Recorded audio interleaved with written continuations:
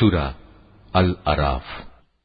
বিসমিল্লাহির রহমানির রহিম। রহমান রহিম আল্লাহ তাআলার নামে। আলিফ লাম মিম সাদ। হে নবী, এ মহাগ্রন্থ তোমার উপর নাজিল করা হয়েছে যেন তুমি এর দ্বারা কাফেরদের ভয় দেখাতে পারো। ঈমানদারদের জন্য এটি হচ্ছে একটি স্মরণিকা। অতএব এ ব্যাপারে তোমার মনে যেন কোন প্রকারের সংকীর্ণতা না থাকে। হে মানুষ, এ কিতাবে তোমাদের মালিকের কাছ থেকে তোমাদের কাছে যা কিছু পাঠানো হয়েছে তোমরা তার যথাযথ অনুসরণ করো এবং তা বাদ দিয়ে তোমরা অন্য কোন কর্তৃপক্ষের অনুসরণ করো না। তোমরা খুব কমই উপদেশ মেনে চলো। এমন কত জনপদ আমি ধ্বংস করে দিয়েছি, তাদের উপর আমার আযাব আসত যখন তারা রাতের বেলায় ঘুমিয়ে থাকত, কিংবা আযাব আসত মধ্যদিনে যখন তারা আহারের পর বিশ্রাম করত।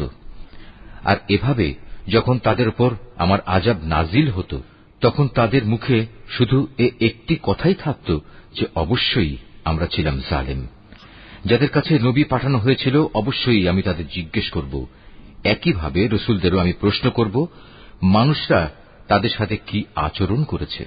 অতঃপর আমি আমার নিজস্ব জ্ঞান দ্বারা তাদের প্রত্যেকের কাছে প্রত্যেকের কার্যবলী খুলে খুলে বর্ণনা করব, কারণ আমি তো সেখানে অনুপস্থিত ছিলাম না। সেদিন পাপ পুণ্যের পরিমাপ ঠিকভাবেই করা হবে। সেদিন যাদের নেকি ওজনের পাল্লায় ভারী হবে তারাই সফল হবে, আর যাদের পাল্লা সেদিন হালকা হবে তারা হচ্ছে এমন সব লোক যারা নিজেরাই নিজেদের ক্ষতি সাধন করেছে, কারণ এরা দুনিয়ার জীবনে আমার আয়াতসমূহ নিয়ে বাড়াবাড়ি করত। আমি তোমাদের এই জমিনের উপর প্রতিষ্ঠিত করেছি, এজন্য আমি তাতে তোমাদের জন্য সব ধরনের জীবিকার ব্যবস্থাও করে দিয়েছি, কিন্তু তোমরা আমার নিয়ামতের খুব কমই শুকর আদায় করে থাকো। আমি তোমাদের বানিয়েছি, অতঃপর আমি তোমাদের বিভিন্ন আকার অবয়ব দান করেছি। অতএব আমি ফেরেশতাদের বলেছি সম্মানের নিদর্শন হিসেবে তোমরা আদমকে সাজদা করো। তখন আমার আদেশে সবাই আদমকে সাজদা করল, একমাত্র ইবলিস ছাড়া। সে কিছুতেই সাজদাকারীদের মধ্যে শামিল হল না। আল্লাহ তাআলা বললেন, হে ইবলিস, আমি যখন নিজেই তোমাকে সাজদা করার আদেশ দিলাম তখন কোন জিনিস তোমাকে সাজদা করা থেকে বিরত রাখল? ইবলিস বলল, আমি কেন তাকে সিজদা করব? আমি তো তার চেয়ে উত্তম, কারণ তুমি আমাকে বানিয়েছ আগুন থেকে আর তাকে বানিয়েছ মাটি থেকে। আল্লাহ তাআলা বললেন, তুমি এক্ষুনি এখান থেকে নেমে যাও। এখানে বসে অহংকার করবে এটা তোমার পক্ষে কখনো সাজে না। যাও, এখান থেকে বেরিয়ে যাও, কেননা তুমি অপমানিতদেরই একজন। সে বলল, হে আল্লাহ, তুমি আমাকে সেদিন পর্যন্ত শয়তানি করার অবকাশ দাও যেদিন এ আদম সন্তানদের পুনরায় কবর থেকে ওঠানো হবে। আল্লাহ তাআলা বললেন, হ্যাঁ, যাও, যাদের অবকাশ দেয়া হয়েছে তুমিও তাদের একজন। সে বলল, যেহেতু তুমি এ আদমের জন্যই আমাকে পথভ্রষ্ট করলে, তাই আমিও এদের গুমরাহ করার জন্য অবশ্যই তোমার প্রদর্শিত প্রতিটি সরল পথের বাঁকে বাঁকে ওঁত পেতে বসে থাকব। অতঃপর তাদের পথভ্রষ্ট করার জন্য আমি তাদের কাছে অবশ্যই আসব তাদের সামনের দিক থেকে, তাদের পেছন দিক থেকে, তাদের ডান দিক থেকে, তাদের বাঁ দিক থেকে। ফলে তুমি এদের অধিকাংশ লোককেই তোমার নিয়ামতের প্রতি কৃতজ্ঞতা আদায়কারী হিসেবে দেখতে পাবে না। আল্লাহ তাআলা বললেন, বের হয়ে যাও তুমি এখান থেকে অপমানিত ও বিতাড়িত অবস্থায়। আদম সন্তানের যারাই তোমার অনুসরণ করবে তাদের এবং তোমাদের সবাইকে দিয়ে নিশ্চয়ই আমি জাহান্নাম পূর্ণ করে দেব। আল্লাহ তাআলা আদমকে বললেন, তুমি এবং তোমার সঙ্গিনী জান্নাতে বসবাস করতে থাকো এবং এর যেখান থেকে যা কিছু চাও তা তোমরা খেতে পারো, কিন্তু এ গাছটির কাছেও যেও না, গেলে তোমরা উভয়ই জালেমদের মধ্যে শামিল হয়ে যাবে। অতঃপর শয়তান তাদের দুজনকেই কুমন্ত্রণা দিল যেন সে তাদের নিজেদের লজ্জাস্থানসমূহ যা তাদের পরস্পরের কাছ থেকে গোপন করে রাখা হয়েছিল প্রকাশ করে দিতে পারে। সে তাদের আরো বলল, তোমাদের মালিক তোমাদের এই গাছটির কাছে যাওয়া থেকে তোমাদের যে বারণ করেছেন তার উদ্দেশ্য এছাড়া আর কিছুই নয় যে সেখানে গেলে তোমরা উভয়ই ফেরেশতা হয়ে যাবে, অথবা এর ফলে তোমরা জান্নাতে চিরস্থায়ী হয়ে যাবে। সে তাদের কাছে কসম করে বলল, আমি অবশ্যই তোমাদের উভয়ের জন্য তোমাদের হিতাকাঙ্ক্ষীদের একজন। ভাবে সে এদের দুজনকেই প্রতারণার জালে আটকে ফেলল। অতঃপর এক সময় যখন তারা উভয়ই সে গাছ ও তার ফল আস্বাদন করল তখন তাদের লজ্জাস্থানসমূহ তাদের উভয়ের সামনে খুলে গেল। সাথে সাথে তারা জান্নাতের বিভিন্ন লতাপাতা নিজেদের উপর জড়িয়ে নিজেদের গোপন স্থানসমূহ ঢাকতে শুরু করল। তাদের মালিক তখন তাদের ডাক দিয়ে বললেন, আমি কি তোমাদের উভয়কে গাছটির কাছে যাওয়া থেকে নিষেধ করিনি, এবং আমি কি তোমাদের একথা বলে দেইনি যে শয়তান হচ্ছে তোমাদের উভয়ের প্রকাশ্য দুশমন? নিজেদের ভুল বুঝতে পেরে তারা দুজনেই বলে উঠল, হে আমাদের মালিক, আমরা আমাদের নিজেদের উপর জুলুম করেছি। তুমি যদি আমাদের মাফ না করো তাহলে অবশ্যই আমরা চরম ক্ষতিগ্রস্তদের দলে সামিল হয়ে যাব। তারা বললেন, এবার তোমরা সবাই এখান থেকে নেমে যাও। আজ থেকে তোমরা ও শয়তান চিরদিনের জন্য একে অপরের দুশমন। সুনির্দিষ্ট সময় পর্যন্ত পৃথিবীতে থাকার উদ্দেশ্যে তোমাদের জন্য সেখানে বসবাসের জায়গা ও জীবন সামগ্রীর ব্যবস্থা থাকবে। আল্লাহ তাআলা আরও বললেন, তোমরা সেখানেই জীবন যাপন করবে, সেখানেই তোমরা মৃত্যুবরণ করবে, এবং সেখান থেকেই তোমাদের পুনরায় বের করে আনা হবে। হে আদম সন্তানরা, আমি তোমাদের উপর পোশাক সংক্রান্ত বিধান পাঠিয়েছি, যাতে করে এর দ্বারা তোমরা তোমাদের গোপন স্থানসমূহ ঢেকে রাখতে পারো এবং নিজেদের সৌন্দর্যও ফুটিয়ে তুলতে পারো। তবে আসল পোশাক হচ্ছে কিন্তু তাকওয়ার, আল্লাহর ভয় জাগ্রতকারী পোশাক। আর এটা হচ্ছে উত্তম পোশাক, এবং এটা আল্লাহর নিদর্শনসমূহেরও একটি অংশ। এর উদ্দেশ্য হচ্ছে যাতে করে মানুষরা এর থেকে শিক্ষা গ্রহণ করতে পারে। হে আদমের সন্তানরা, শয়তান যেভাবে তোমাদের পিতামাতাকে জান্নাত থেকে বের করে দিয়েছে, তেমনি করে তোমাদেরও সে যেন প্রতারিত করতে না পারে। শয়তান তাদের উভয়ের দেহ থেকে তাদের পোশাক খুলে ফেলেছিল, যাতে করে তাদের উভয়ের গোপন স্থানসমূহ উভয়ের কাছে উন্মুক্ত হয়ে পড়ে। মূলত সে নিজে এবং তার সঙ্গী সাথীরা তোমাদের এমন সব স্থান থেকে দেখতে পায় যেখান থেকে তোমরা তাদের দেখতে পাও না। যারা আমাকে বিশ্বাস করে না তাদের জন্য শয়তানকে আমি অভিভাবক বানিয়ে দিয়েছি। অবস্থা হচ্ছে, তারা যখন কোনো অশ্লীল আচরণ করে তখন তারা বলে, আমরা আমাদের পূর্বপুরুষদেরও এর উপর পেয়েছি, স্বয়ং আল্লাহ তাআলাই আমাদের এর নির্দেশ দিয়েছেন। হে নবী, তুমি বলো, আল্লাহ তাআলা কখনো অশ্লীল কিছুর হুকুম দেন না। তোমরা কি আল্লাহ তাআলা সম্পর্কে এমন কিছু বলছো যার ব্যাপারে তোমরা কিছুই জানো না? তুমি আরো বলো, আমার মালিক তো শুধু ন্যায় ইনসাফের আদেশ দিচ্ছেন। তার আদেশ হচ্ছে প্রতিটি ইবাদতেই তোমরা তোমাদের লক্ষ্য স্থির রাখবে, তাকেই তোমরা ডাকো, জীবন বিধান একান্তভাবে তার জন্যই খালেস করে। যেভাবে তিনি তোমাদের প্রথম সৃষ্টি করেছেন সেভাবেই তোমাদের আবার সৃষ্টি করা হবে। অতঃপর একদল লোককে তিনি সঠিক পথ দেখিয়েছেন, আর দ্বিতীয় দলটির উপর গুমরাহি ও বিদ্রোহ ভালোভাবেই চেপে বসেছে। এরাই পরবর্তী পর্যায়ে আল্লাহ তাআলাকে বাদ দিয়ে শয়তানদের নিজেদের অভিভাবক বানিয়ে নিয়েছে। এ সত্ত্বেও তারা নিজেদের সঠিক পথের উপর মনে করে। হে আদম সন্তানরা, তোমরা প্রতিটি ইবাদতের সময়ই তোমাদের সৌন্দর্যমণ্ডিত পোশাক গ্রহণ করো, তোমরা খাও এবং পান করো, তবে কোনো অবস্থাতেই অপচয় করো না, কেননা আল্লাহ তাআলা অপচয়কারীদের কখনো পছন্দ করেন না। হে নবী, তুমি বলো, আল্লাহ তাআলার দয়া, সৌন্দর্যমণ্ডিত পোশাক এবং পাক পবিত্র জিনিস খাবার খাওয়া তোমাদের জন্য কে হারাম করেছে? এগুলো তো আল্লাহ তাআলা স্বয়ং নিজেই তার বান্দাদের জন্য বের করে এনেছেন। তুমি বলো, এগুলো হচ্ছে সাধারণত পার্থিব পাওনা, কিন্তু কিয়ামতের দিন বিশেষভাবে এগুলো ঈমানদারদের জন্য নির্দিষ্ট থাকবে। এভাবেই আমি জ্ঞানী সমাজের জন্য আমার আয়াতসমূহ খুলে খুলে বর্ণনা করি। তুমি এদের বলো, হ্যাঁ, আমার মালিক যা কিছু হারাম করেছেন তা হচ্ছে যাবতীয় প্রকাশ্য ও অপ্রকাশ্য অশ্লীল কাজ এবং গুনাহ ও অন্যায়ভাবে বাড়াবাড়ি করা।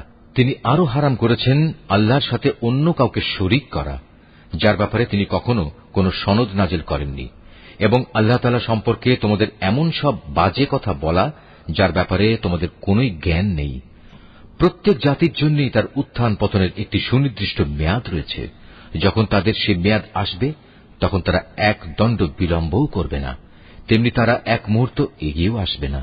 হে আদম সন্তানরা, শুরুতেই আমি তোমাদের বলেছিলাম, যখনই তোমাদের কাছে তোমাদের মধ্যে থেকে এমন কোন রসুল আসবে যারা তোমাদের কাছে আমার আয়াত পড়ে শোনাবে, তখন যারা সে অনুযায়ী আমাকে ভয় করবে এবং নিজেদের সংশোধন করে নেবে তাদের কোনোই ভয় থাকবে না, তারা কখনো দুশ্চিন্তাগ্রস্তও হবে না। আর যারা আমার আয়াতসমূহকে মিথ্যা প্রতিপন্ন করবে এবং বড়াই করে এর সত্য থেকে মুখ ফিরিয়ে নেবে, তারাই হবে জাহান্নামের অধিবাসী। সেখানে তারা চিরদিন অবস্থান করবে। যে ব্যক্তি আল্লাহ তাআলা সম্পর্কে মিথ্যা রচনা করে কিংবা তার আয়াতকে মিথ্যা সাব্যস্ত করে, তার চাইতে বড় জালেম আর কে? এরা হচ্ছে সেসব ব্যক্তি যারা কেতাবে বর্ণিত দুর্ভোগের তাদের নিজেদের অংশ পেতে থাকবে। এমনি ভাবে তাদের মৃত্যুর সময় তাদের কাছে আমার ফেরেশতারা যখন এসে হাজির হবে, তখন ফেরেশতারা বলবে, বলো তারা এখন কোথায় যাদের তোমরা আল্লাহ তাআলার বদলে ডাকতে? তারা বলবে, আজ তারা আমাদের ছেড়ে সরে গেছে। তারা সেদিন সবাই নিজেদের বিরুদ্ধে সাক্ষ্য দিবে, তারা সত্যি কাফির ছিল। আল্লাহ তাআলা বলবেন, তোমাদের আগে যেসব মানুষের দল, জিনের দল গত হয়ে গেছে, তাদের সাথে তোমরাও আজ সবাই জাহান্নামের আগুনে ঢুকে পড়ো। এমনি করে যখন এক একটি জনগোষ্ঠী জাহান্নামে দাখিল হতে থাকবে, তখন তারা তাদের আদর্শগত ভাই বোনদের উপর লানত দিতে থাকবে। এভাবে লানত দিতে দিতে যখন সবাই সেখানে গিয়ে একত্র হবে, তখন তাদের শেষের দলটি পূর্ববর্তী দলের ব্যাপারে বলবে, হে আমাদের মালিক, এরাই হচ্ছে সেসব লোক যারা আমাদের গোমরা করেছিল, তুমি এদের জাহান্নামের শাস্তি দ্বিগুণ করে দাও।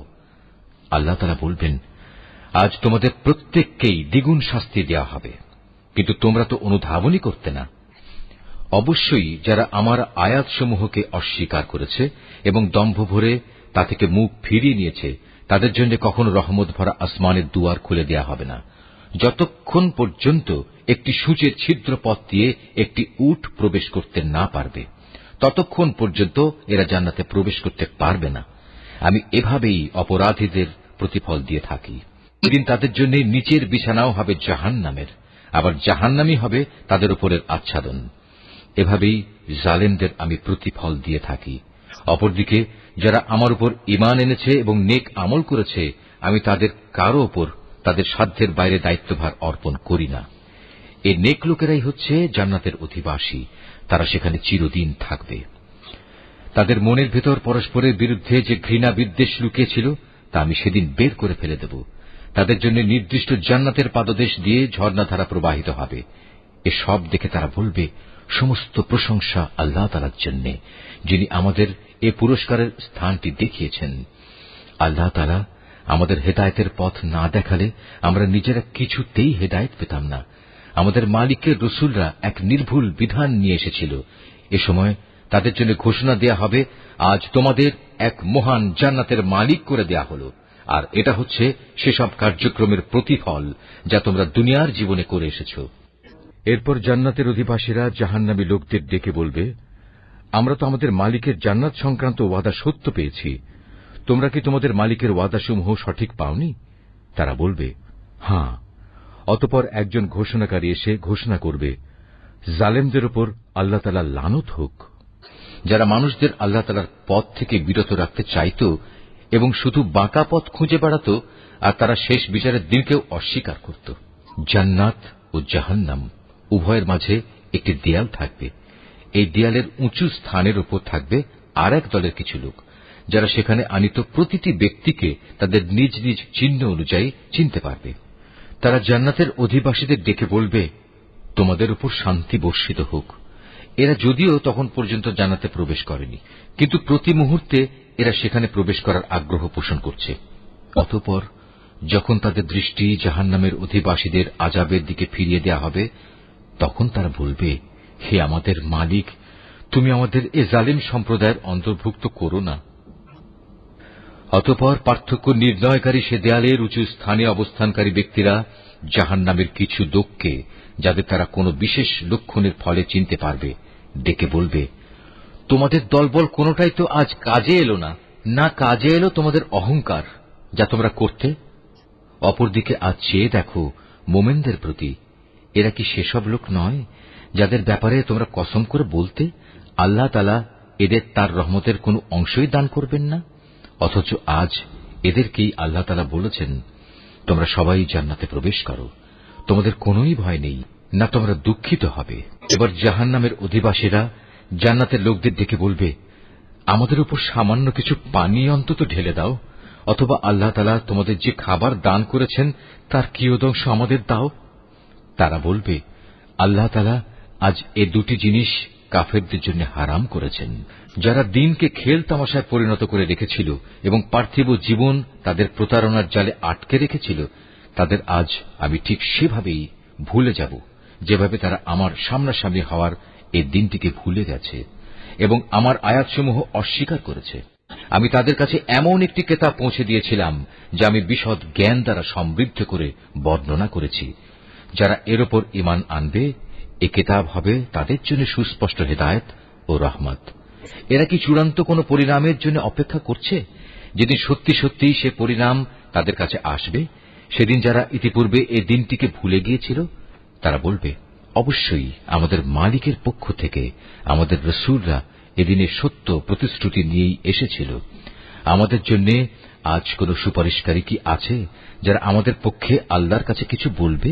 অথবা এমন কি হবে যে আমাদের পুনরায় দুনিয়ায় ফিরিয়ে দেয়া হবে, যাতে আমরা সেখানে গিয়ে ভিন্ন ধরনের কিছু করে আসতে পারি যা আমরা আগে কখনো করিনি? মূলত এরাই হচ্ছে সেসব লোক যারা নিজেরা নিজেদের ক্ষতি সাধন করেছে এবং দুনিয়ায় তারা যা কিছু মিথ্যা রচনা করত তাও তাদের কাছ থেকে আজ হারিয়ে গেছে। অবশ্যই তোমাদের মালিক আল্লাহ তাআলা, যিনি 6 দিনে আসমান সমূহ ও জমিন সৃষ্টি করেছেন, অতঃপর তিনি আরশের উপর অধিষ্ঠিত হন। তিনি রাতের আবরণকে দিনের উপর ছেয়ে দেন যেন তা একে অন্যকে দ্রুত গতিতে অনুসরণ করে। তিনি সৃষ্টি করেছেন সূরজ, চাঁদ ও তারাসমূহ। মূলত এর সব কটিকেই আল্লাহ তাআলার বিধানের অধীনে করে রাখা হয়েছে। জেনে রেখো, সৃষ্টি যেহেতু তাঁর, সুতরাং এর উপর ক্ষমতাও চলবে একমাত্র তাঁর। সৃষ্টিকুলের মালিক আল্লাহ তাআলা অত্যন্ত দয়ালু ও বরকতময়।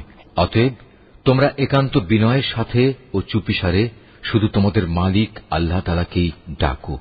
অবশ্যই তিনি তাঁর রাজত্বে যারা বাড়াবাড়ি করে তাদের পছন্দ করেন না। আল্লাহর জমিনে একবার তাঁর শান্তি স্থাপনের পর তাতে তোমরা বিপর্যয় সৃষ্টি করো না। তোমরা ভয় ও আশা নিয়ে একমাত্র আল্লাহ তাআলাকেই ডাকো। অবশ্যই আল্লাহর রহমত নেক লোকদের অতি নিকটে রয়েছে। তিনি মহান আল্লাহ, যিনি বাতাসকে বৃষ্টি ও রহমতের আগাম সুসংবাদবাহী হিসেবে জনপদের দিকে পাঠান। শেষ পর্যন্ত যখন সে বাতাস পানির ভারী মেঘমালা বহন করে চলতে থাকে, তখন আমি তাকে একটি মৃত জনপদের দিকে পাঠিয়ে দিই। অতঃপর সে মেঘ থেকেই আমি পানি বৃষ্টি বর্ষণ করি। অতঃপর তা দিয়ে জমিন থেকে আমি সব ধরনের ফলমূল বের করে আনি। এভাবে আমি মৃতকেও জীবন থেকে বের করে আনব। সম্ভবত এ থেকে তোমরা কিছু শিক্ষা গ্রহণ করতে পারবে। উৎকৃষ্ট জমিন, তা থেকে তার মালিকের আদেশে উৎকৃষ্ট ফসলই উৎপন্ন হয়। আর যে জমিন বিনষ্ট হয়ে গেছে তা কঠোর পরিশ্রম ব্যতীত কিছুই উৎপন্ন করে না। এভাবেই আমি আমার নিদর্শনসমূহ স্পষ্ট করে বর্ণনা করি এমন এক জাতির জন্য যারা আমার নিয়ামতের কৃতজ্ঞতা জ্ঞাপন করে। আমি নূহকে তার জাতির কাছে পাঠিয়েছি। অতঃপর সে তাদের বলল, হে আমার জাতির লোকেরা, তোমরা আল্লাহ তাআলার দাসত্ব কবুল করো। তিনি ছাড়া তোমাদের আর কোন মাবুদ নেই। আমি তোমাদের উপর এক কঠিন দিনের আযাবের আশঙ্কা করছি। তার জাতির নেতারা বলল, হে নূহ, আমরা দেখতে পাচ্ছি তুমি এক সুস্পষ্ট গুমরাহিতে নিমজ্জিত রয়েছ। সে বলল, হে আমার সম্প্রদায়ের লোকেরা, আমার মধ্যে কোনই গুমরাহি নেই। আমি তো হচ্ছি সৃষ্টিকুলের মালিক আল্লাহর পক্ষ থেকে আসা একজন রাসূল। আমার কাজ হচ্ছে আমি আমার মালিকের বাণীসমূহ তোমাদের কাছে পৌঁছে দেব এবং সে মতে তোমাদের শুভ কামনা করব। আখিরাত সম্পর্কে আমি আল্লাহ তাআলার কাছ থেকে এমন কিছু কথা জানি যা তোমরা জানো না। তোমরা কি এতে আশ্চর্যান্বিত হচ্ছ যে তোমাদের উপর তোমাদেরই মতো একজন মানুষের মাধ্যমে আল্লাহ তাআলার বাণী এসেছে, যাতে করে সে তোমাদের আযাব সম্পর্কে সতর্ক করে দিতে পারে? ফলে তোমরা সময় থাকতে সাবধান হবে এবং আশা করা যায় এতে করে তোমাদের উপর দয়া করা হবে। অতঃপর তারা তাকে মিথ্যা প্রতিপন্ন করল। আমি তাকে এবং তার সাথে যারা নৌকায় আরোহণ করেছিল তাদের সবাইকে আযাব থেকে উদ্ধার করেছি। আর যারা আমার আযাবসমূহকে মিথ্যা বলেছে তাদের আমি পানিতে ডুবিয়ে দিয়েছি। এরা ছিল গোঁড়া অন্ধ। আমি আদ জাতির কাছে পাঠিয়েছিলাম তাদেরই এক ভাই হুদকে। সে তাদের বলল, হে আমার জাতি, তোমরা এক আল্লাহ তাআলার দাসত্ব স্বীকার করো। তিনি ছাড়া তোমাদের দ্বিতীয় কোন ইলাহ নেই। তোমরা কি তাকে ভয় করবে না? তার জাতির সর্দাররা যারা তাকে অস্বীকার করেছে তারা বলল, আমরা তো দেখছি তুমি নির্বুদ্ধিতায় লিপ্ত আছো এবং আমরা মনে করি তুমি মিথ্যাবাদীদেরই একজন। সে বলল, হে আমার সম্প্রদায়ের লোকেরা, আমার সাথে কোন রকম নির্বুদ্ধিতা জড়িত নেই, বরং আমি হচ্ছি সৃষ্টিকুলের মালিক আল্লাহ তাআলার পক্ষ থেকে আগত একজন রাসূল। আমার দায়িত্ব হচ্ছে আমি আমার মালিকের কাছ থেকে আসা বাণীসমূহ তোমাদের কাছে পৌঁছে দেব। আমি তোমাদের একজন বিশ্বস্ত শুভাকাঙ্ক্ষী। তোমরা কি এটা দেখে বিস্মিত হচ্ছ যে তোমাদের কাছে তোমাদেরই মতো একজন মানুষের মাধ্যমে তোমাদের মালিকের কাছ থেকে তোমাদের আযাবের ভয় দেখানোর জন্য সুস্পষ্ট বাণী এসেছে? স্মরণ করো কিভাবে আল্লাহ তাআলা তোমাদের নূহের পর এই জমিনের খলিফা বানিয়েছেন এবং অন্যান্য সৃষ্টির চাইতে তিনি তোমাদের বেশি ক্ষমতা দান করেছেন। অতএব হে আমার জাতি, তোমরা আল্লাহ তাআলার অনুগ্রহগুলো স্মরণ করো। আশা করা যায় তোমরা সাফল্য অর্জন করতে পারবে। তারা হুদকে বলল, তুমি কি আমাদের কাছে এজন্য এসেছ যে আমরা কেবল এক আল্লাহর ইবাদত করব এবং আমাদের পূর্বপুরুষরা যাদের বন্দেগী করেছে তাদের একেবারে বাদ দিয়ে দেব? এটাই যদি হয় তাহলে নিয়ে এসো আমাদের কাছে সে আযাব যার ব্যাপারে তুমি আমাদের এত ভয় দেখাচ্ছ, যদি তুমি সত্যবাদী হও। বলল, তোমাদের উপর তোমাদের মালিকের পক্ষ থেকে আযাব ও ক্রোধ তো নির্ধারিত হয়েই আছে। তোমরা কি আমার সাথে সে মিথ্যা মাবুদের নামগুলোর ব্যাপারে বিতর্কে লিপ্ত হতে চাও, যা তোমরা এবং তোমাদের বাপদাদারা এমনি এমনিই রেখে দিয়েছ, যার ব্যাপারে আল্লাহ তাআলা কোন রকম সনদ নাজিল করেননি? অতএব তোমরা অপেক্ষা করো, আমিও তোমাদের সাথে অপেক্ষা করতে থাকব। অতঃপর যখন আযাব এল, তখন আমি তাকে এবং তার সাথে যেসব ঈমানদার ব্যক্তি ছিল তাদের আমার রহমত দ্বারা আযাব থেকে বাঁচিয়ে দিলাম, আর যারা আমার আয়াতসমূহকে অস্বীকার করেছে আমি তাদের নির্মূল করে দিলাম। এরা তো আসলে ঈমানদারই ছিল না। সমুদ জাতির কাছে আমি পাঠিয়েছিলাম তাদেরই এক ভাই সালেহকে। সে এসে বলল, হে আমার জাতি, তোমরা এক আল্লাহ তাআলার বন্দেগী করো, তিনি ছাড়া তোমাদের আর কোন ইলাহ নেই। তোমাদের কাছে তোমাদের মালিকের কাছ থেকে সুস্পষ্ট প্রমাণ এসে হাজির হয়েছে, আর তোমাদের জন্য এ হচ্ছে আল্লাহর উষ্ট্রি। একে তোমরা ছেড়ে দাও যেন তা আল্লাহ তাআলার জমিনে বিচরণ করে খেতে পারে। তোমরা তাকে কোনো খারাপ মতলবে স্পর্শ করো না, তাহলে আল্লাহর পক্ষ থেকে কঠোর আযাব এসে তোমাদের পাকড়াও করবে। স্মরণ করো যখন আল্লাহ তাআলা আদ জাতির পর তোমাদের দুনিয়ার খলিফা বানিয়েছিলেন এবং আল্লাহ তাআলার জমিনে তিনি তোমাদের প্রতিষ্ঠা দান করেছেন, যার ফলে তোমরা এর সমতল ভূমি থেকে মাটি নিয়ে তা দিয়ে প্রাসাদ বানাচ্ছ, আর পাহাড়ের গা কেটে কেটে নিজেদের ঘরবাড়ি তৈরি করতে পারছ। অতএব তোমরা আল্লাহ তাআলার এসব জ্ঞান ও প্রকৌশল সংক্রান্ত নিয়ামত স্মরণ করো এবং কোন অবস্থায় আল্লাহ তাআলার জমিনে বিপর্যয় ঘটিও না। তার জাতির সেসব নেতৃস্থানীয় লোক যারা নিজেদের গৌরবের বড়াই করে বেড়াত, অপেক্ষাকৃত দুর্বল শ্রেণীর লোকদের যারা তাদের মধ্যে থেকে তার উপর ঈমান এনেছে, বলল, তোমরা কি সত্যি জানো সালেহ আল্লাহ তাআলার পাঠানো একজন রাসূল? তারা বলল, হ্যাঁ, তার উপর যে বাণী পাঠানো হয়েছে আমরা তা বিশ্বাস করি। অতঃপর সে অহংকারী লোকেরা বলল, তোমরা যা কিছুতে বিশ্বাস করো আমরা তা অস্বীকার করি। অতএব তারা উষ্ট্রিটিকে মেরে ফেলল এবং এর দ্বারা তারা তাদের মালিকের নির্দেশের স্পষ্ট বিরোধিতা করল এবং তারা বলল, হে সালেহ, আমরা তো উষ্ট্রিটিকে মেরে ফেললাম, যদি তুমি সত্যিই রাসূল হয়ে থাকো তাহলে সে আযাব নিয়ে এসো যার ওয়াদা তুমি আমাদের দিচ্ছ। অতঃপর এক প্রলয়ঙ্কারী ভূমিকম্প তাদের গ্রাস করে ফেলল, ফলে তারা নিজেদের ঘরেই মুখ থুবড়ে পড়ে রইল। অতঃপর সে তাদের কাছ থেকে অন্যদিকে চলে গেল এবং সে নিজের জাতিকে বলল, আমি আমার মালিকের সতর্কবাণী তোমাদের কাছে পৌঁছে দিয়েছিলাম এবং তোমাদের জন্য কল্যাণও কামনা করেছিলাম, কিন্তু তোমরা তো কোনো কল্যাণকামীদের পছন্দই করো না। লূতকেও পাঠিয়েছিলাম যখন সে তার জাতিকে বলেছিল, তোমরা এমন এক অশ্লীলতার কাজ করছো যা তোমাদের আগে সৃষ্টিকুলের আর কেউ কখনো করেনি। তোমরা যৌন তৃপ্তির জন্য নারীদের বাদ দিয়ে পুরুষদের কাছে যাও। আসলে তোমরা হচ্ছ এক সীমা লঙ্ঘনকারী জাতি। তার জাতির কাছে তখন একথা বলা ছাড়া আর কোনো জবাবই ছিল না যে সবাই মিলে তাদের তোমাদের জনপদ থেকে বের করে দাও, কেননা এরা হচ্ছে কতিপয় পাক পবিত্র মানুষ। অতঃপর যখন আমার আযাব এল, তখন আমি তাকে এবং তার পরিবার পরিজনকে উদ্ধার করলাম, তার স্ত্রীকে ছাড়া। সে আযাবে কবলিত হয়ে পেছনের লোকদের মধ্যে শামিল থেকে গেল।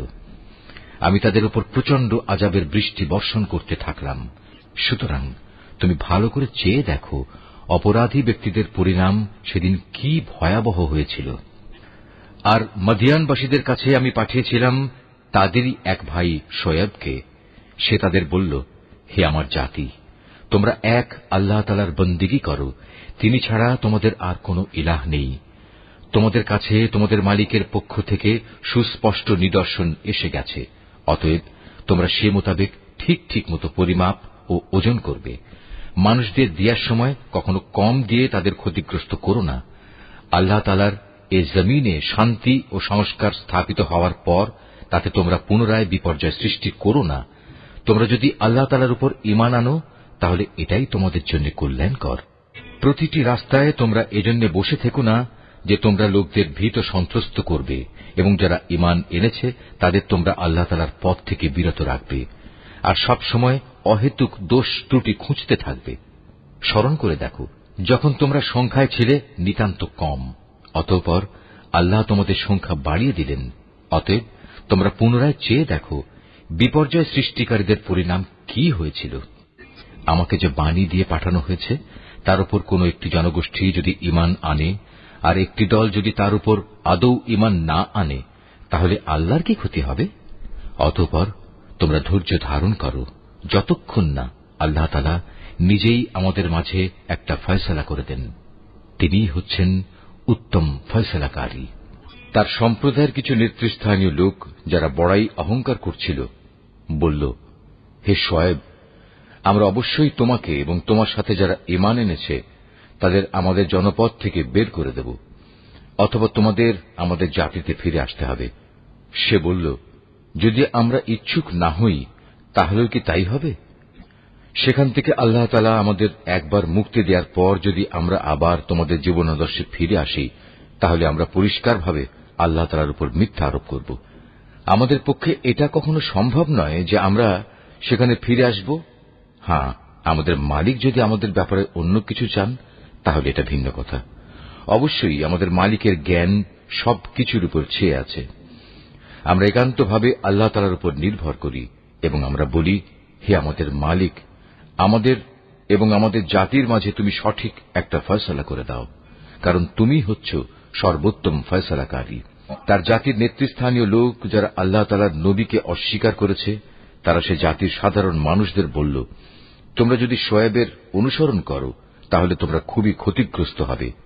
নবীর কথা অমান্য করার কারণে একটা প্রচন্ড ভূকম্পন এসে তাদের নির্মমভাবে আঘাত করল, আর দেখতে দেখতে তারা সবাই তাদের নিজ নিজ ঘরেই মুখ থুবড়ে পড়ে থাকল।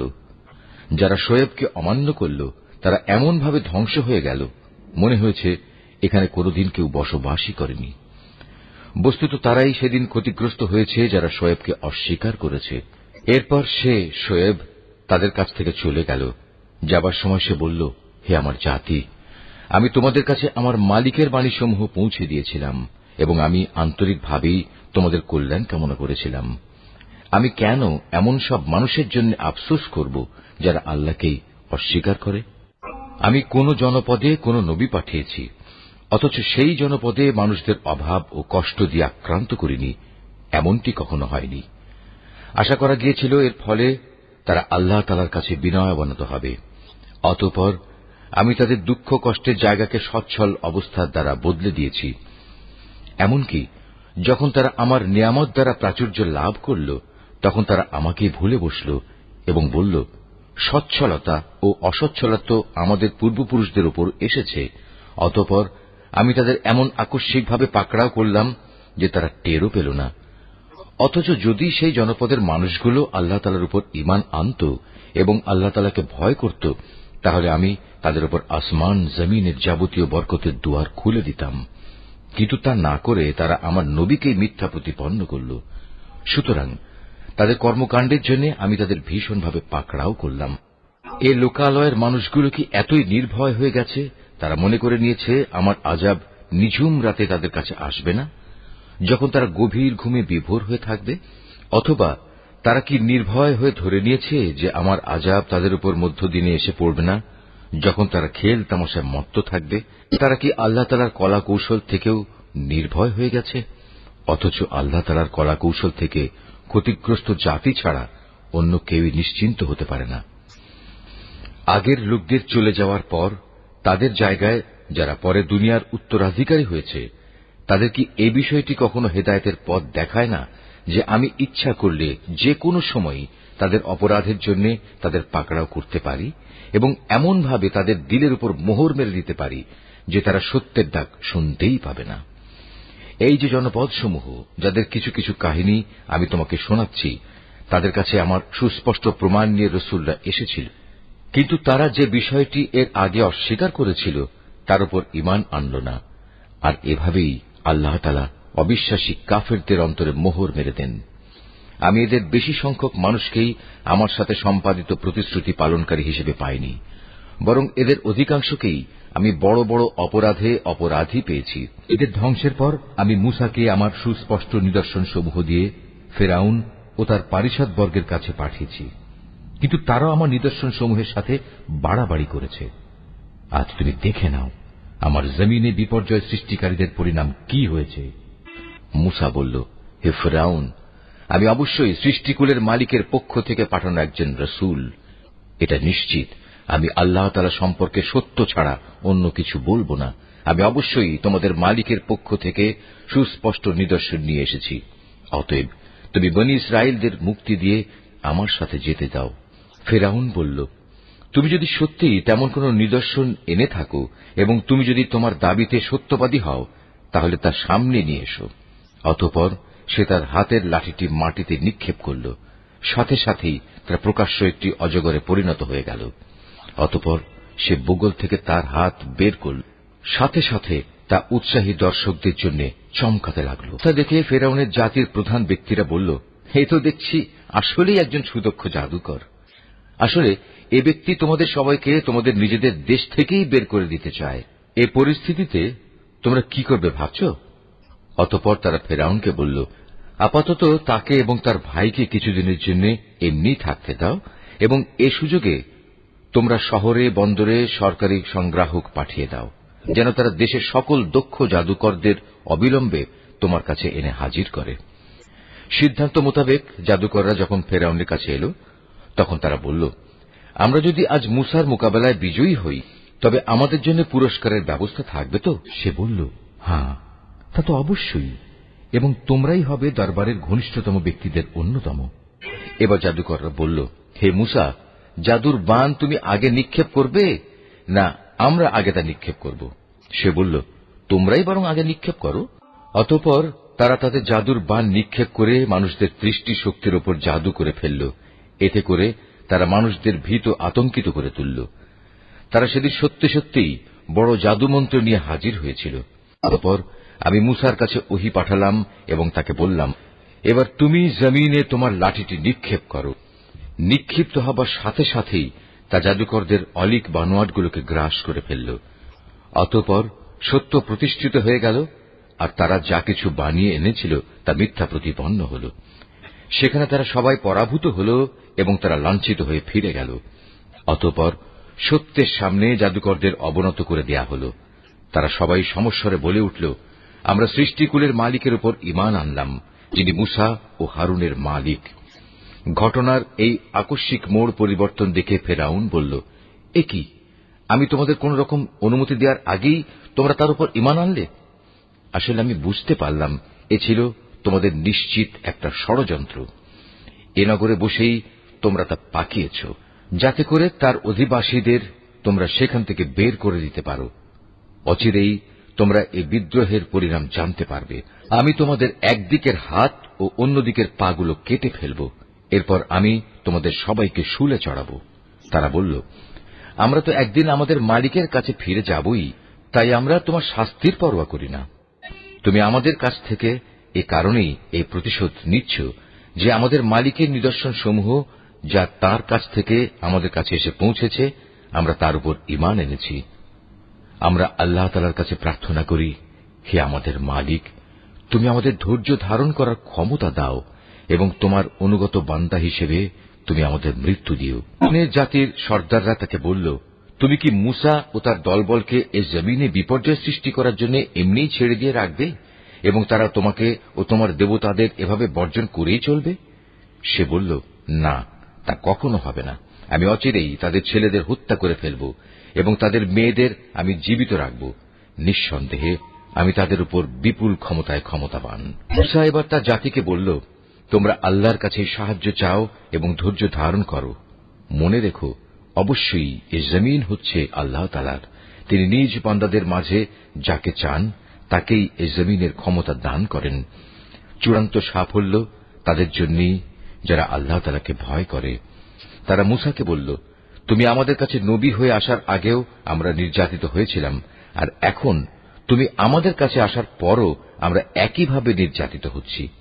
এর কি কোনো শেষ হবে না? মূসা বলল, হ্যাঁ, হবে।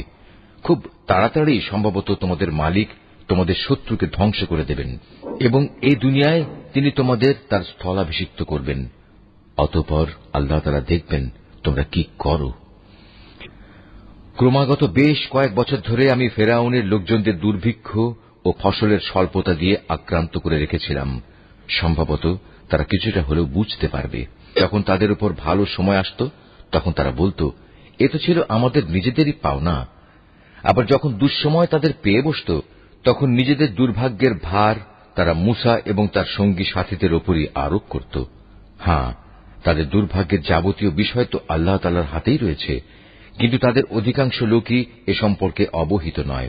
তারা মূসাকে আরো বলল, আমাদের উপর জাদুর প্রভাব বিস্তার করার জন্য তুমি যত নিদর্শনই নিয়ে আসো না কেন, আমরা কখনো তোমার উপর ঈমান আনব না।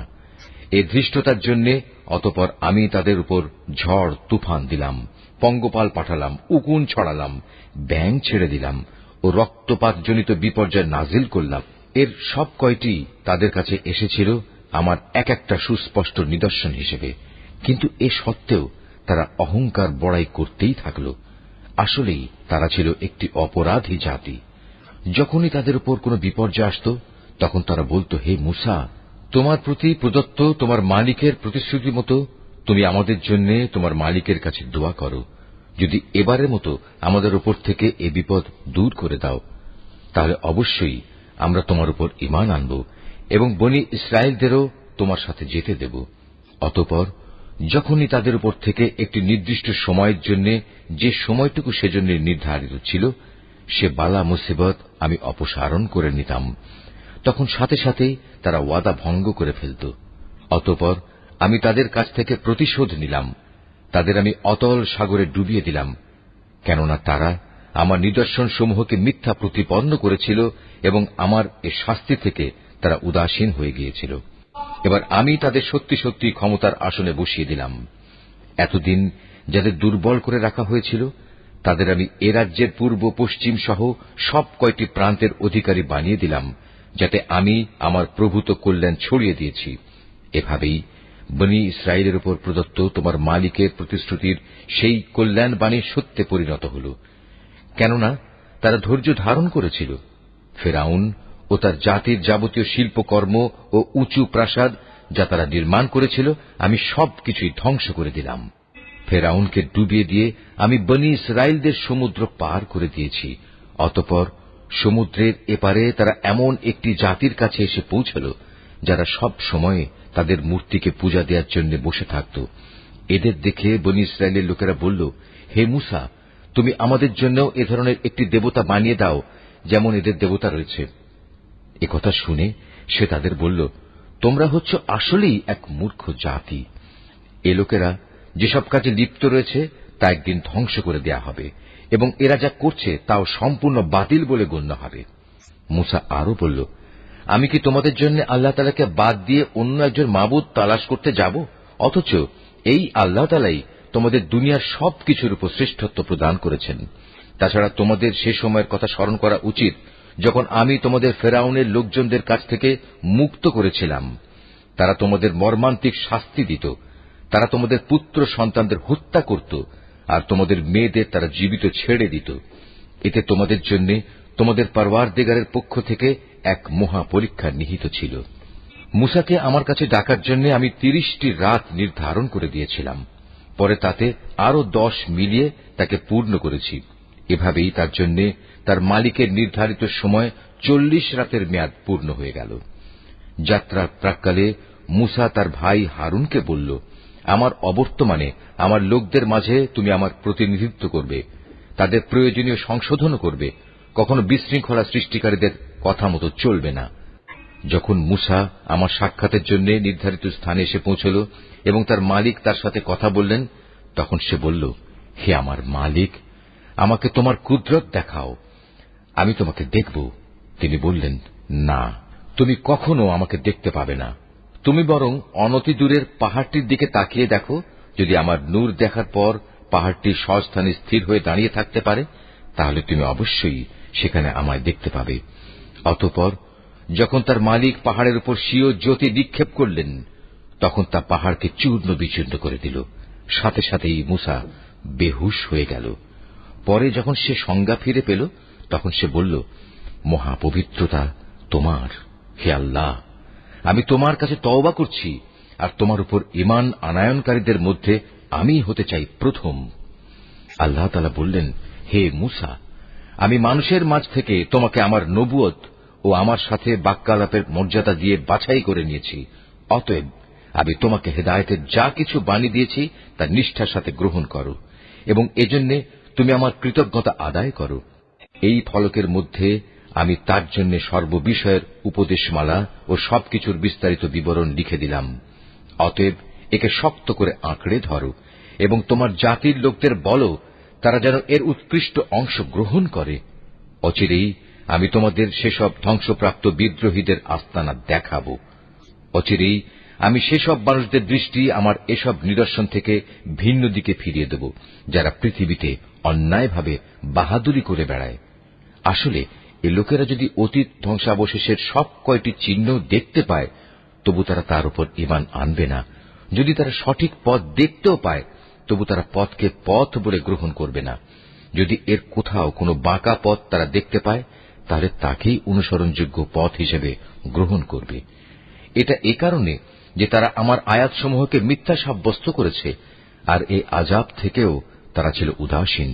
যারা আমার আয়াতসমূহ ও পরকালে আমার সামনাসামনি হওয়ার বিষয়কে অস্বীকার করবে, তাদের সব কার্যকলাপই বিনষ্ট হয়ে যাবে, আর তারা এই দুনিয়ায় যা কিছু করবে তাদের তেমনি প্রতিফল দেয়া হবে।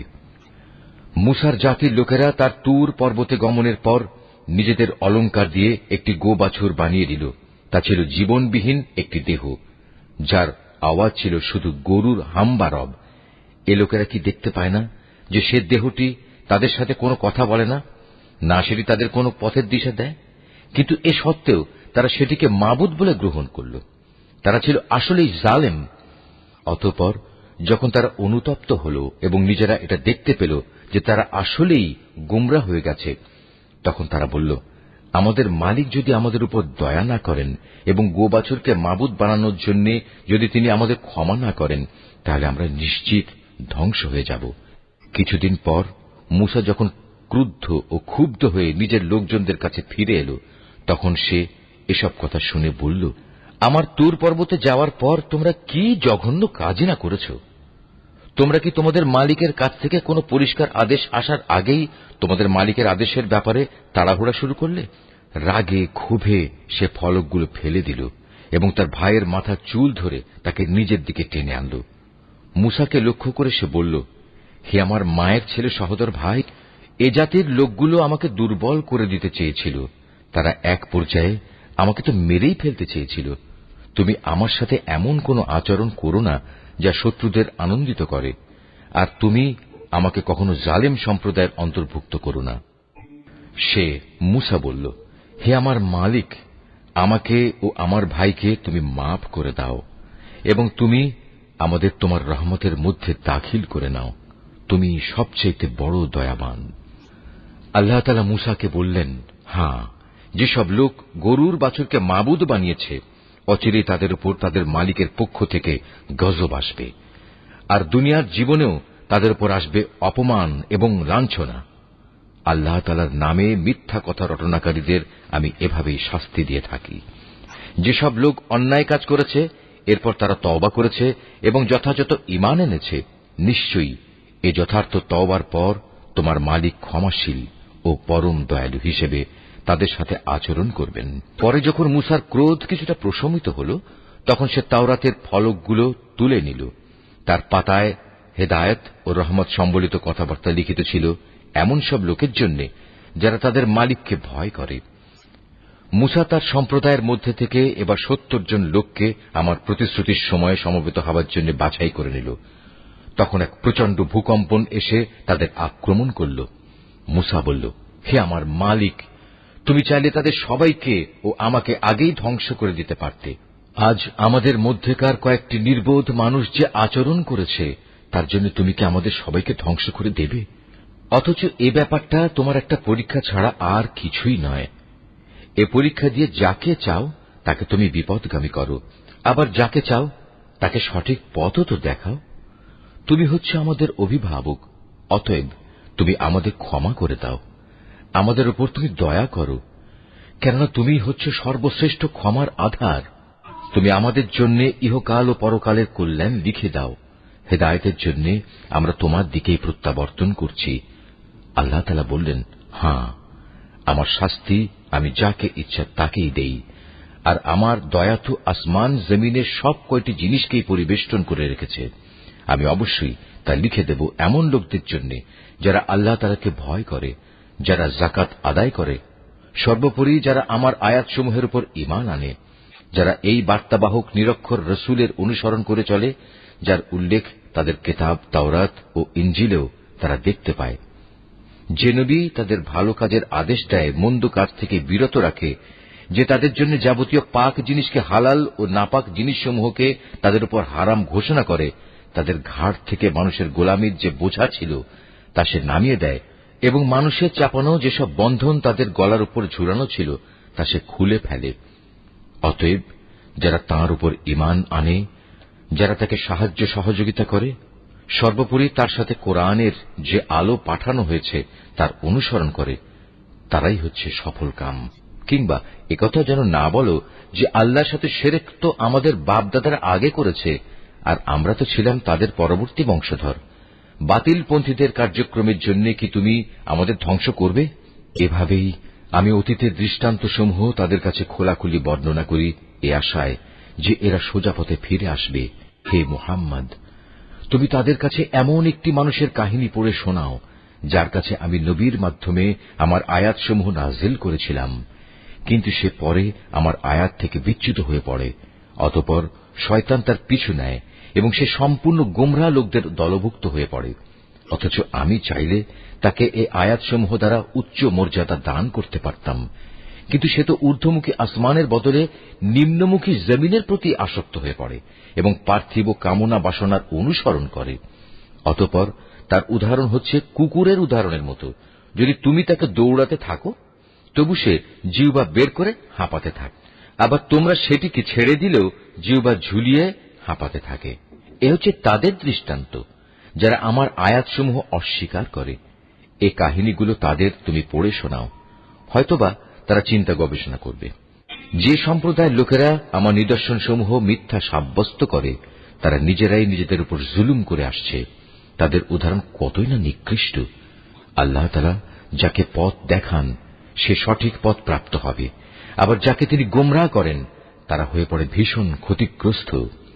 বস্তুত বহু সংখ্যক মানুষ ও জিন আছে যাদের আমি জাহান্নামের জন্য পয়দা করেছি। তাদের কাছে যদিও বোঝার মতো দিল আছে, কিন্তু তা দিয়ে তারা চিন্তা করে না। তাদের কাছে দেখার মতো চোখ থাকলেও তারা তা দিয়ে সত্য দেখে না। আবার তাদের কাছে শোনার মতো কান আছে, কিন্তু তারা সে কান দিয়ে সত্য কথা শোনে না। আসলে এরা হচ্ছে জন্তু জানোয়ারের মতো, এবং কোন কোন ক্ষেত্রে তাদের চাইতেও এরা বেশি বিভ্রান্ত। এসব লোকেরা দারুণ উদাসীন। আল্লাহ তাআলার জন্যই যাবতীয় সুন্দর নামসমূহ নিবেদিত রয়েছে। অতএব তোমরা সেসব ভালো নামেই তাকে ডাকো এবং সেসব লোকের কথা ছেড়ে দাও যারা তার নামে বিকৃতি ঘটায়। যা কিছু তারা দুনিয়া জীবনে করে এসেছে অচিরেই তার যথাযথ ফল তারা পাবে। আমি যাদের সৃষ্টি করেছি সে মানুষ ও জিনদের মাঝে আবার এমন একটি দল আছে যারা মানুষকে সঠিক পথের দিকে ডাকে এবং সে মতে নিজেরাও নিজেদের জীবনে ইনসাফ কায়েম করে। যারা আমার আয়াতসমূহকে মিথ্যা প্রতিপন্ন করে, ক্রমে ক্রমে আমি তাদের এমন ভাবে ধ্বংসের দিকে ঠেলে নিয়ে যাব তারা তা টেরও পাবে না। আমি তাদের বিদ্রোহের জন্য অবকাশ দিয়ে রাখব এবং এ ব্যাপারে আমার কৌশল অত্যন্ত শক্ত। তারা কি কখনো চিন্তা করে দেখে না যে তাদের সাথী মুহাম্মদ কোনো পাগল নয়, সে তো হচ্ছে আযাবের একজন সুস্পষ্ট সতর্ককারী মাত্র। হে মুহাম্মদ, তুমি বলো, হে মানুষ, আমি তোমাদের সবার কাছে আল্লাহ তাআলার রসুল হিসেবে এসেছি। আল্লাহ তাআলা আকাশমণ্ডল ও পৃথিবীর সার্বভৌমত্বের একচ্ছত্র মালিক। তিনি ছাড়া আর কোনো মাবুদ নেই তিনি জীবন দান করেন, তিনি মৃত্যু ঘটান। অতএব তোমরা সেই মহান আল্লাহ তাআলার উপর ঈমান আনো। তাঁর বার্তাবাহক নিরক্ষর রসুলের উপরও তোমরা ঈমান আনো, যে রসুল নিজেও আল্লাহ তাআলা ও তাঁর বাণীতে বিশ্বাস করে এবং তোমরা তাকে অনুসরণ করো। আশা করা যায় তোমরা সঠিক পথের সন্ধান পাবে। মুসার জাতির মধ্যে এমন ধরনের কিছু লোকও আছে যারা অন্যদের সত্যের পথ দেখায় এবং নিজেরাও অনুরূপ ইনসাফ করে। আমি তাদের 12টি গোত্রে ভাগ করে তাদের স্বতন্ত্র দলে পরিণত করে দিয়েছি। মুসার সম্প্রদায়ের লোকেরা যখন তার কাছে পানি চাইল, তখন আমি মুসার প্রতি ওহী পাঠালাম, তুমি তোমার হাতের লাঠি দ্বারা পাথরে আঘাত করো। অতঃপর তা থেকে 12টি ঝর্ণাধারা উদ্ভূত হল। প্রত্যেক দল তাদের নিজেদের পানি পান করার স্থান চিনে নিল। আমি তাদের উপর মেঘের ছায়াও বিস্তার করে দিলাম। তাদের কাছে মান ও সালওয়া নামক এক উৎকৃষ্ট খাবার পাঠালাম। তাদের আমি এও বললাম, তোমাদের আমি যেসব পবিত্র জিনিস দান করেছি তা তোমরা খাও। আমার কৃতজ্ঞতা আদায় না করে তারা আমার উপর কোনো জুলুম করেনি, বরং তারা নিজেরাই নিজেদের উপর জুলুম করেছে। সে সময়ের কথাও স্মরণ করো যখন তাদের বলা হয়েছিল, তোমরা এই জনপদে গিয়ে বসবাস করো এবং সেখান থেকে যা কিছু চাও তোমরা আহার করো এবং বলো, হে মালিক, আমরা তোমার কাছে ক্ষমা চাই। আর যখনই সেই জনপদের দ্বার পথ দিয়ে ভেতরে প্রবেশ করবে, তখন সাজদাবনত অবস্থায় প্রবেশ করবে। আমি তোমাদের গুনাহসমূহ মাফ করে দেব। আমি উত্তম লোকদের সব সময়ই কিছু অতিরিক্ত দান করি। কিন্তু তাদের মধ্যে যারা জালিম ছিল, তারা তাদের যা করতে বলা হয়েছিল তা সম্পূর্ণ বদলে দিয়ে ভিন্ন কথা বলল। তাই আমিও তাদের এ জুলুমের শাস্তি হিসেবে তাদের উপর আসমান থেকে আযাব পাঠালাম। তাদের কাছ থেকে সেই জনপদের কথা জিজ্ঞেস করো যা ছিল সাগরের পাড়ে অবস্থিত, যখন সেখানকার মানুষরা শনিবারে আল্লাহ তাআলার বেঁধে দেয়া সীমা লঙ্ঘন করত। আসলে শনিবারেই সাগরের মাছগুলো তাদের কাছে উঁচু হয়ে পানির উপরিভাগে ভেসে আসত এবং শনিবার ছাড়া অন্য কোনো দিন তা আসত না। বস্তুত তাদের অবাধ্যতার কারণেই আমি তাদের অনুরূপ পরীক্ষা নিচ্ছিলাম। আরো স্মরণ করো যখন তাদের একদল লোক এও বলছিল, তোমরা এমন একটি দলকে কেন উপদেশ দিতে যাচ্ছ যাদের আল্লাহ তাআলা ধ্বংস করতে যাচ্ছেন, অথবা গুনাহের জন্য আল্লাহ তাআলা যাদের কঠোর শাস্তি দিতে যাচ্ছেন। তারা বলল, এটা হচ্ছে তোমাদের মালিকের দরবারে নিজেদের একটা ওজর পেশ করা যে আমরা উপদেশ দিয়েছি এবং হতে পারে তারা এর ফলে সাবধান হবে। অতঃপর যা তাদের বারবার স্মরণ করানো হচ্ছিল তা তারা সম্পূর্ণ ভুলে গেল। তখন আমি সে দল থেকে এমন লোকদের উদ্ধার করলাম যারা নিজেরা গুনাহের কাজ থেকে বেঁচে থাকত, আর কঠিন শাস্তি দিয়ে পাকড়াও করলাম তাদের যারা জুলুম করেছে। তাদের নিজেদের গুনার জন্য আমি তাদের আযাব দিয়েছিলাম। তাদের যেসব ঘৃণিত কাজ থেকে নিষেধ করা হয়েছিল, যখন তারা তা ধৃষ্টতার সাথে করে যাচ্ছিল, তখন আমি তাদের বললাম, এবার তোমরা সবাই লাঞ্ছিত বানর হয়ে যাও। স্মরণ করো যখন তোমার মালিক ইহুদীদের উদ্দেশ্যে ঘোষণা দিলেন, তিনি কিয়ামত পর্যন্ত এ জাতির উপর এমন লোকদের শক্তিধর করে পাঠাতে থাকবেন যারা তাদের নিকৃষ্ট ধরনের শাস্তি দিতে থাকবে। একথা নিশ্চিত, তোমার মালিক যেমন সত্য শাস্তি দান করেন, তেমনি তিনি ক্ষমাশীল ও পরম দয়ালু। আমি তাদের দলে দলে বিভক্ত করে জমিনে ছড়িয়ে দিয়েছি। তাদের মধ্যে কিছু নেককার মানুষ ছিল, আবার তাদের কিছু ছিল এর চাইতে ভিন্ন ধরনের। ভালো মন্দ উভয় অবস্থার সম্মুখীন করে আমি তাদের পরীক্ষা নিয়েছি এ আশায় যে হয়তো তারা কখনো হেদায়েতের পথে প্রত্যাবর্তন করবে। কিন্তু তাদের অযোগ্য উত্তরসূরিরা একের পর এক এ জমিনে তুচ্ছ উত্তরাধিকারী হল। তারা স্বাভাবিকভাবে আল্লাহ তাআলার কিতাবেরও উত্তরাধিকারী হয়ে পড়ে। তারা এ দুনিয়ার ধন সম্পদ করায়ত্ত করে নেয়। অপরদিকে মূর্খের মতো বলতে থাকে, আমাদের শেষ বিচারের দিন মাফ করে দেয়া হবে। কিন্তু অর্জিত সম্পদের অনুরূপ সম্পদ যদি তাদের কাছে এসে পড়ে, তারা সাথে সাথেই তা হস্তগত করে নেয়। অথচ তাদের কাছ থেকে আল্লাহ তাআলার কিতাবের এ প্রতিশ্রুতি কি নেওয়া হয়নি যে তারা আল্লাহ তাআলা সম্বন্ধে সত্য ছাড়া কিছু বলবে না? আল্লাহ তাআলা সেই কিতাবে যা আছে তা তো তারা নিজেরা বহুবার অধ্যয়নও করেছে। আর পরকালীন আবাস, যারা আল্লাহকে ভয় করে তাদের জন্য তো তাই হচ্ছে উত্তম নিবাস। তোমরা কি এই বিষয়টি অনুধাবন করো না? অপরদিকে যারা আল্লাহর কিতাবকে কঠোরভাবে আঁকড়ে ধরে এবং নামাজ প্রতিষ্ঠা করে, তারা যেন জেনে রাখে, আমি কখনো সংশোধনকারীদের বিনিময় নষ্ট করি না। কারণ আমি তাদের মাথার উপর পাহাড়কে উঁচু করে রেখেছিলাম, মনে হচ্ছিল তা যেন একটি ছায়া। তারা তো ধরেই নিয়েছিল তা বুঝি এখনই তাদের উপর পড়ে যাবে। আমি তাদের বললাম, তোমাদের আমি হেদায়েত সম্বলিত যে কিতাব দিয়েছি তা কঠোরভাবে আঁকড়ে ধরো এবং তাতে যা কিছু আছে তা বারবার স্মরণ করো। এর ফলে আশা করা যায় তোমরা বেঁচে থাকতে পারবে।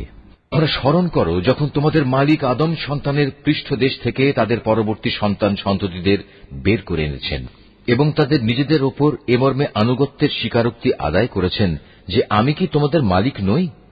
তারা সবাই বলল, হ্যাঁ, নিশ্চয়ই আমরা সাক্ষ্য দিলাম। এর উদ্দেশ্য ছিল যেন কিয়ামতের দিন তোমরা একথা বলতে না পারো, আমরা তো এ বিষয়ে অনবহিত ছিলাম। তারা কি আসমান সমূহ ও পৃথিবীর সার্বভৌমত্বের বিষয়টির দিকে কখনো তাকিয়ে দেখে না এবং তাকিয়ে দেখে না আল্লাহ তাআলা এখানে যা কিছু সৃষ্টি করেছেন তার প্রতি এবং এর প্রতিও তাদের অবস্থানের মেয়াদ হয়তো নিকটবর্তী হয়ে এসেছে? এরপর আর কোন কথা আছে যা বললে এরা ঈমান আনবে? আর তারা যাকে পথহারা করে দেন তাকে পথে আনার আর দ্বিতীয় কেউ নেই। আল্লাহ তাআলা তো তাদের সবাইকেই তাদের অবাধ্যতায় উদ্ভ্রান্তের মতো ঘুরে বেড়ানোর জন্য ছেড়ে দেন। তারা তোমার কাছে কিয়ামত সম্পর্কে জিজ্ঞেস করে, এ দিনটি কখন সংঘটিত হবে? তুমি তাদের বলো, এ জ্ঞান তো আমার মালিকের কাছেই রয়েছে, এর সময় আসার আগে তিনি তা প্রকাশ করবেন না। আকাশমণ্ডল ও জমিনের জন্য সেদিন তা হবে একটি ভয়াবহ ঘটনা। এটি তোমাদের উপর পতিত হবে একান্ত আকস্মিকভাবেই। তারা প্রশ্নটি এমনভাবে জিজ্ঞেস করে যে মনে হয় তুমি বুঝি বিষয়টি সম্পর্কে সবকিছু জানো।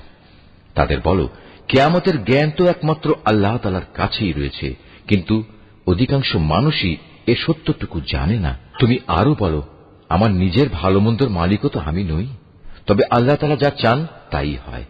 যদি আমি অজানা বিষয় সম্পর্কে জানতাম তাহলে আমি নিজের জন্য সে জ্ঞানের জোরে অনেক ফায়দাই হাসিল করে নিতে পারতাম এবং এ কারণে কোনো অকল্যাণী আমাকে স্পর্শ করতে পারত না। আমি তো শুধু একজন নবী, জাহান্নামে সতর্ককারী ও জান্নাতের সুসংবাদবাহী মাত্র, শুধু সে জাতির জন্য যারা আমার উপর ঈমান আনে। তিনি সেই আল্লাহ তাআলা যিনি তোমাদের একটি প্রাণ থেকে পয়দা করেছেন এবং পরবর্তী পর্যায়ে তার থেকে তিনি তার জুড়ি বানিয়েছেন যেন তার জুড়ির কাছে গিয়ে সে পরম শান্তি লাভ করতে পারে। অতঃপর যখন পুরুষ সাথীটি তার মহিলা সাথীটিকে দৈহিক প্রয়োজনের জন্য ঢেকে দিল, তখন মহিলা সাথীটি এক লঘু গর্ভ ধারণ করল এবং প্রথম দিকে সে এ নিয়েই চলাফেরা করল। পরে যখন সে গর্ভের কারণে ওজনে ভারী হয়ে এলো, তখন তারা পুরুষ মহিলা উভয়ই তাদের মালিককে ডেকে বলল, হে আল্লাহ তাআলা, যদি তুমি আমাদের একটি সুস্থ ও পূর্ণাঙ্গ সন্তান দান করো তাহলে আমরা অবশ্যই তোমার কৃতজ্ঞতা আদায় করব। পরে সত্যিই যখন তিনি তাদের উভয়কে একটি নিখুঁত সন্তান দান করলেন, তখন তারা যা কিছু সন্তানের আকারে আল্লাহর পক্ষ থেকে তাদের দেয়া হয়েছে সে ব্যাপারেই অন্যদের শরীক বানিয়ে নিল। আল্লাহ তাআলা তাদের শরীক বানানো থেকে অনেক পবিত্র। এরা কি আল্লাহ তাআলার সাথে এমন কিছুকে শরীক মনে করে যারা কিছুই সৃষ্টি করতে পারে না, বরং তাদের নিজেদেরই সৃষ্টি করা হয়। তারা তাদের কাউকে কোন রকম সাহায্য করতে সক্ষম নয় এবং তারা নিজেদেরও কোন রকম সাহায্য করতে পারে না। তোমরা যদি এই মূর্খ লোকদের হেদায়েতের পথের দিকে আহ্বান করো, তারা তোমাদের কথা শুনবে না। তাই তোমরা তাদের হেদায়েতের পথে থাকো কিংবা চুপ করে থাকো, উভয়টাই তোমাদের জন্য সমান কথা। তাদেরকে বাদ দিয়ে তোমরা যাদের সাহায্যের জন্য ডাকো তারা তো তোমাদের মতোই কতিপয় বান্দা। তোমরা তাদের ডেকেই দেখো না। তোমরা তোমাদের দাবিতে সত্যবাদী হলে তাদের উচিত তোমাদের ডাকে সাড়া দেয়া। তাদের কি কোনো পা আছে যার উপর ভর দিয়ে তারা চলতে পারে? অথবা তাদের কি কোনো ক্ষমতাধর হাত আছে যা দিয়ে তারা সবকিছু ধরতে পারে? কিংবা তাদের কোনো চোখ আছে যা দিয়ে তারা সবকিছু দেখতে পারে? কিংবা আছে তাদের কোনো কান যা দিয়ে তারা শুনতে পারে? তুমি বলো, তোমরা ডাকো তোমাদের শরীকদের, এরপর তোমরা আমার বিরুদ্ধে ষড়যন্ত্র করো। ষড়যন্ত্র করার সময় আমাকে কোনো অবকাশও দিও না। তুমি তাদের বলো, নিশ্চয়ই আমার অভিভাবক হচ্ছেন একমাত্র আল্লাহ, যিনি কিতাব নাজিল করেছেন। তিনি হামেশাই ভালো লোকদের অভিভাবকত্ব করেন। আল্লাহ তাআলাকে বাদ দিয়ে যাদের তোমরা ডাকো তারা তোমাদের কোন রকম সাহায্য করতে সক্ষম নয়, এমনকি তারা নিজেদেরও কোন রকম সাহায্য করতে পারে না। তোমরা যদি কখনো তাদের হেদায়েতের পথে আসার আহ্বান জানাও তবে তারা শুনতেই পাবে না। কথা বলার সময় যদিও তুমি দেখছো তারা তোমার দিকেই চেয়ে আছে, কিন্তু এরা সত্য দেখতেই পায় না। হে মুহাম্মদ, এদের সাথে তুমি ক্ষমার নীতি অবলম্বন করো, নেক কাজের আদেশ দাও এবং মূর্খ লোকদের তুমি এড়িয়ে চলো। কখনো যদি শয়তানের কুমন্ত্রণা তোমাকে প্ররোচিত করে, সাথে সাথেই তুমি আল্লাহ তাআলার কাছে আশ্রয় চাও। অবশ্যই তিনি সবকিছু শোনেন এবং সবকিছু জানেন। আল্লাহ তাআলাকে যারা ভয় করে, তাদের যদি কখনো শয়তানের পক্ষ থেকে কুমন্ত্রণা স্পর্শ করে, তবে তারা সাথে সাথেই আত্মসচেতন হয়ে পড়ে। তৎক্ষণাৎ তাদের চোখ খুলে যায়। তাদের কাফের ভাই বন্ধুরা তাদের বিদ্রোহের পথেই টেনে নিয়ে যেতে চায়, অতঃপর তারা চেষ্টার কোনো ত্রুটি করে না। আবার যখন তুমি কিছুদিন তাদের কাছে কোনো আয়াত এনে হাজির না করো, তখন তারা বলে, ভালো হতো যদি তুমি নিজেই তেমন কিছু বেছে না নিতে। তুমি বলো, আমি তো তাই অনুসরণ করি যা আমার মালিকের কাছ থেকে আমার কাছে নাজিল হয়। আরে কোরআন হচ্ছে তোমাদের মালিকের কাছ থেকে নাজিল করা অন্তর্দৃষ্টি সম্পন্ন জ্ঞান। যারা ঈমান এনেছে এ কিতাব তাদের জন্য হেদায়েত ও রহমত। যখন তোমার সামনে কোরআন তেলাওয়াত করা হয়, তখন মনোযোগের সাথে তা শোনো এবং নিশ্চুপ থাকো। আশা করা যায় এর ফলে তোমাদের উপর দয়া করা হবে। হে নবী, তোমার মালিককে স্মরণ করো মনে মনে, সকাল সন্ধ্যায় সবিনয়ে এবং সশঙ্ক চিত্তে। অনুচ্চ স্বরের কথাবার্তা দিয়েও তাকে তুমি স্মরণ করো, কখনো তাঁর স্মরণ থেকে গাফেল হয়েও না। এই আয়াতটি যিনি তেলাওয়াত করবেন এবং যিনি এই আয়াতটির তেলাওয়াত শুনবেন, তাদের সবাইকে এখানে একটি সাজদা আদায় করতে হবে। এটা ওয়াজিব। নিঃসন্দেহে যারা তোমার মালিকের একান্ত সান্নিধ্যে আছে, তারা কখনো অহংকার করে তার ইবাদত থেকে বিরত থাকে না।